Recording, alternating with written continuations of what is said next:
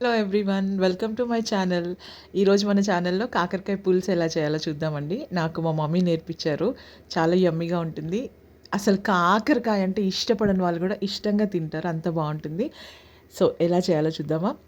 కాకరకాయలు ఇవి half KG కాకరకాయలండి. కాకరకాయలని చక్కగా కట్ చేసుకొని గింజలన్నీ తీసేసి చిన్న చిన్న పీసెస్గా ఇంత సైజులో కట్ చేసుకొని ఉప్పు పసుపు వేసిన వాటర్లో కాసేపు 2-3 మినిట్స్ అట్లా ఉంచండి.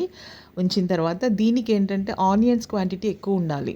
నేను ఇక్కడ 4 బిగ్ ఆనియన్స్ కట్ చేసుకున్నాను.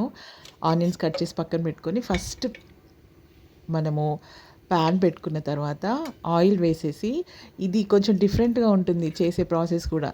ఫస్ట్ మనం ఏ కర్రీకైనా ఫస్ట్ ఆనియన్స్ వేస్తాం కదా ఆయిల్లో, బట్ ఇక్కడ అలా కాదు. ఫస్ట్ ఆయిల్ హీట్ అయిన తర్వాత కట్ చేసి పెట్టుకున్న కాకరకాయ ముక్కలన్నీ ఆయిల్లో వేసేసుకోవాలి.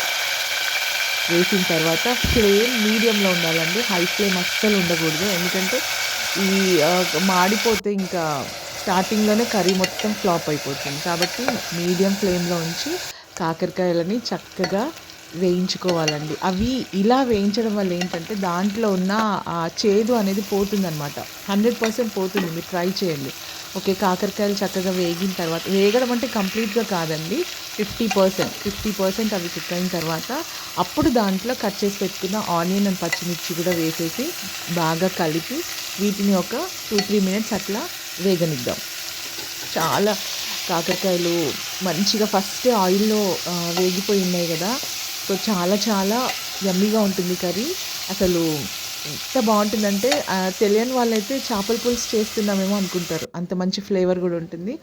ఓకే, ఇప్పుడు కొంచెం చింతపండు, నిమ్మకాయ అంత సైజులో చింతపండు నానబెట్టి పక్కన పెట్టేసుకున్నాము.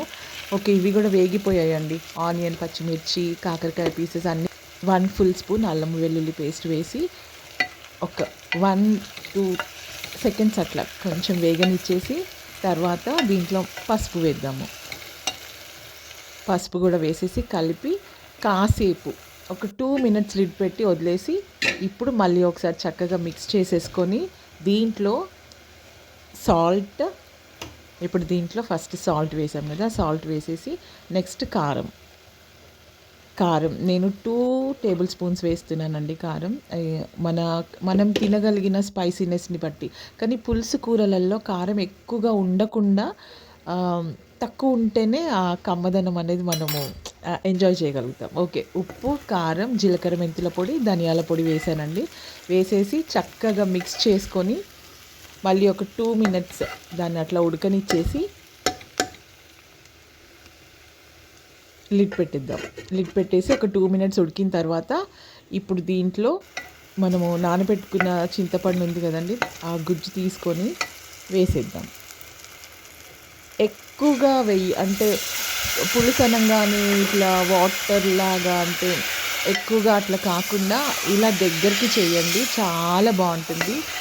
నీళ్ళుగా అంత టేస్టీగా ఉండదండి, ఇట్లా చిక్కగా ఇలా ఉంటేనే బాగుంటుంది. పిల్లలు కూడా ఇష్టంగా తింటారు, చాలా యమ్మీగా ఉంటుంది. తప్పకుండా ట్రై చేయండి. చింతపులుసు వేసిన తర్వాత ఒక 2 మినిట్స్ ఉడికిన తర్వాత కొత్తిమీర వేసుకొని ఆఫ్ చేసేసేయడమే. చాలా యమ్మీ కాకరకాయ పులుసు ఎంత బాగుంటుందంటే అండి, అది కుక్ చేసుకోవడం కూడా ఎక్కువ టైం ఏం పట్టదు, చాలా క్విక్గా అయిపోతుంది, చాలా టేస్టీగా ఉంటుంది. అండ్ ఇది ఇంకా మనము ఫిష్ అయితే నెక్స్ట్ డే ఎట్లా ఎంజాయ్ చేస్తామో ఫిష్ పులుసుని, సేమ్ ఇది కూడా అంతే అండి. ఈరోజు చేస్తే నెక్స్ట్ డేకి ఇంకా టేస్ట్ పెరుగుతుంది ఈ కర్రీకి, అంత బాగుంటుందన్నమాట.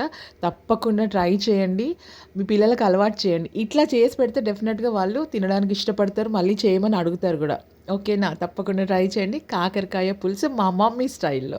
Okay, thank you, bye.